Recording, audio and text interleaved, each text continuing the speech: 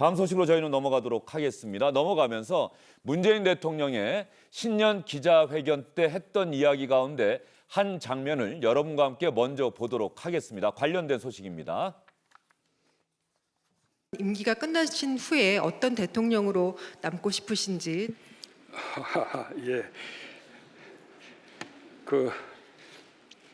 저는 이렇게 대통령 이후는 생각하지 않습니다. 그냥 대통령으로 끝나고 싶습니다. 예를 들면 대통령 이후에 무슨 전직 대통령 기념사위라든지 무슨 현실 정치하고 계속 무슨 연관을 가진다든지 그런 걸 일치하고 싶지 않습니다. 일단 대통령 하는 동안 전력을 다하고 대통령 끝나고 나면 그냥 잊혀진 사람으로 그렇게 돌아가고 싶고요. 솔직히 이 구체적인 생각을 별로 안 해봤습니다. 예, 이 장면을 여러분께 보여드린 이유는 오늘 오전에 청와대가 언론에서 보도가 나오자 청와대가 공식적으로 밝혔습니다. 문재인 대통령이 퇴임 후에 살게 될 사저 조성을 위해서 경상남도 양산시 통도사 주변에 땅과 주택을 매입을 했다. 문재인 대통령과 김정숙 여사가 사비로 10억 6,400만 원을 들였다. 이렇게 공식적으로 발표를 했기 때문입니다. 문재인 대통령은 퇴임 후 경남 양산 하북면의 평산 마을에서 지낼 계획입니다. 새 사저 부지를 마련한 이유는 경호 문제 때문입니다. 내부적으로도 누차 양산 매곡동 자택으로 돌아가겠다는 뜻을 밝혔습니다. 그러나 경호처에서 불가 입장을 밝혔습니다. 경호처는 도저히 경호시설이 들어설 수 없다고 판단을 내렸습니다. 대신 매곡동 자택 규모보다 크지 않도록 하라고 지시했습니다. 사저 부지 매입비는 대통령 사비로 충당합니다. 청와대 대변인이 이 부지 매입비는 대통령의 사비로 충당한다. 이 부분을 굳이 강조한 이유가 있을 것 같아요. 근데 과거에 그렇지 못했던 논란에 휩싸였던 적이 있었기 때문인데요. 비근한 예로 이명박 대통령이 사저를 구입할 당시에 아들 시영 씨하고 경호처 예산하고 뒤섞였던 거 아니냐. 그러니까 경호처는 더 비싸게 땅을 사고 시영 씨는 땅을 오히려 상대적으로 싸게 샀던 거 아니냐. 이런 의혹이 제기가 돼서 결국 특검으로 갔던 경험이 있는데요. 그러니까 그러면서 논란이 됐고, 그리고 또 사저를 구입하는 비용도 사실은 당시에는 강남에 있는 쪽 사저였기 때문에 한 67억인가 예산이 들어가서 그것도 또 논란이 됐고요.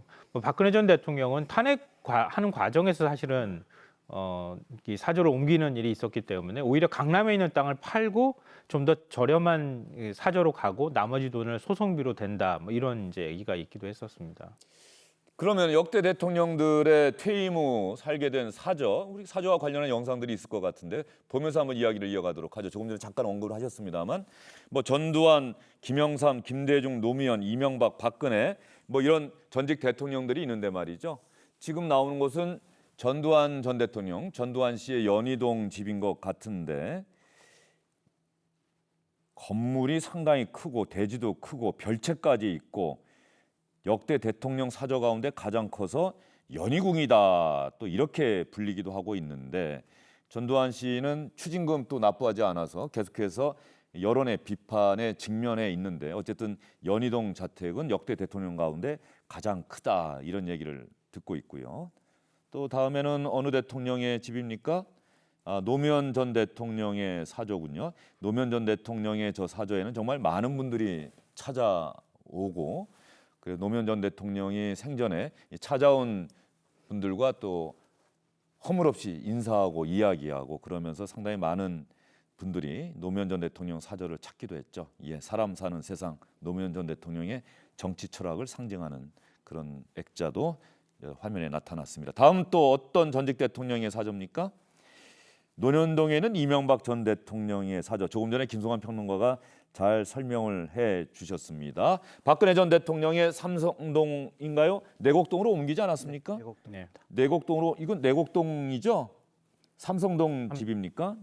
삼성동 자택을 처음에 대통령이 될 때는 삼성동에 있었고 네. 퇴임 후에는 내곡동으로 내곡동. 옮기겠다라고 했는데 그때가 이제 탄핵 그 국면에서 내곡동으로 옮기게 됐던 것이죠.